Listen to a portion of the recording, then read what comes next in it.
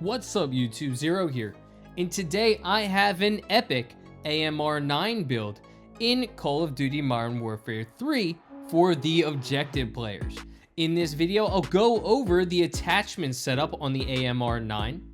I'll go over the overview of what other equipment and vest equipment that I'm utilizing for this build. Then at the end of the video, I'll talk about what I love about this build for objective players, and I'll also talk about some of the downsides of utilizing this build for the AMR9. Before I get into it, I do want to say if you do enjoy this video, feel free to give it a thumbs up and hit that subscribe button for more Call of Duty content. I would do a bunch of other video games, so feel free to check those out as well. You have a good one today. This is on the new map that just came out, Das Haus. Very close quarter map. You got 51 kills in this one and 14 deaths, so you're looking at a decent gameplay here. But of course, I love this build, and now let's just get into it. First, I have a barrel, the Tectonic Micro Integral Suppressor. What this is going to do, it's going to make you undetectable by radar. Y'all know me, I like being a little bit more stealthy, so it's going to allow me to be a little bit more stealthy on the map. Sprint to fire speed is increased, aim down sight is increased, and aim walking speed is also increased. This is going to be at a cost of bullet velocity and damage range.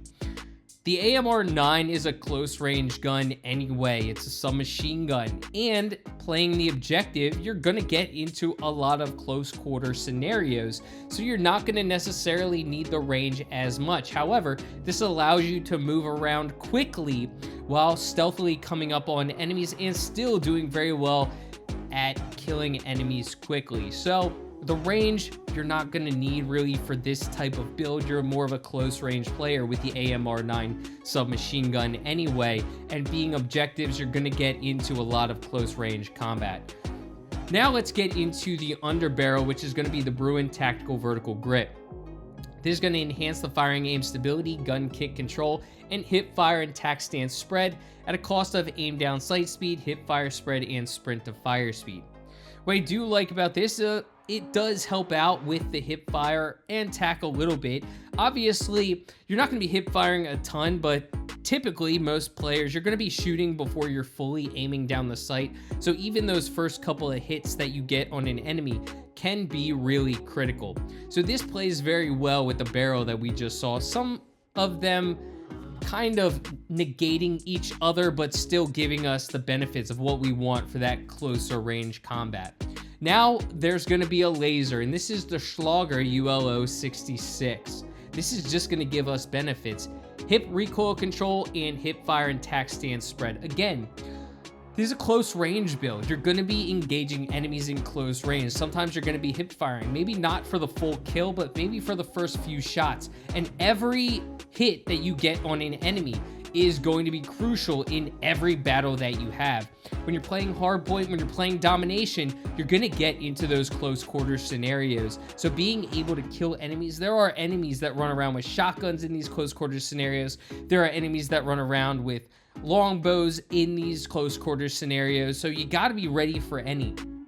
So having the hip fire is going to be very critical, especially on a gun that's meant for closer quarter scenario combat. Then next we have ammunition. An ammunition that I love, the MM or the 9mm overpressured plus P. This is going to enhance the target flinch, of course, making it harder for enemies to hit you. While this isn't a gun that really is going to be great over range, if you do get into some of those medium range scenarios, it's going to make the targets flinch, so it makes them harder to hit you.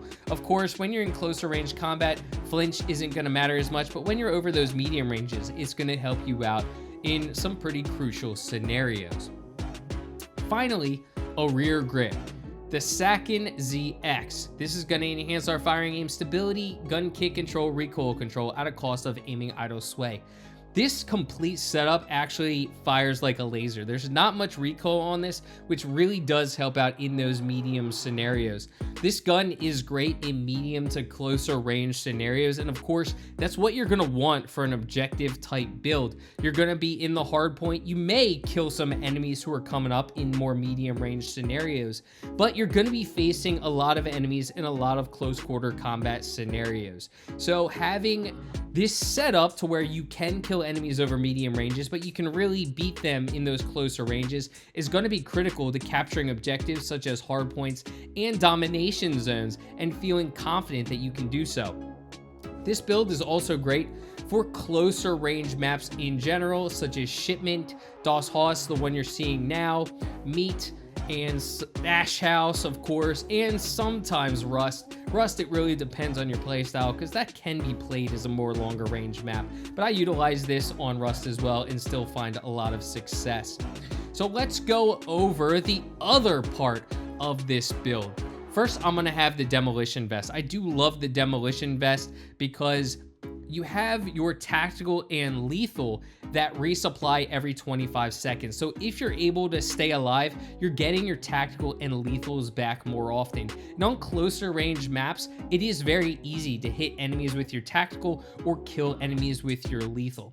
I know I've had numerous maps where on Das Haus in particular, in Shipment, I've gotten 10 plus Semtex or frag kills. And that's just awesome, adding 10 kills to my KD just because I am throwing my Semtex or frag onto a capture zone or a zone where I know enemies are going to be. So that's absolutely awesome. And the fact that I get 2 of them with the Demolition Vest and they spawn every 25 seconds is really going to allow me to get a lot of kills.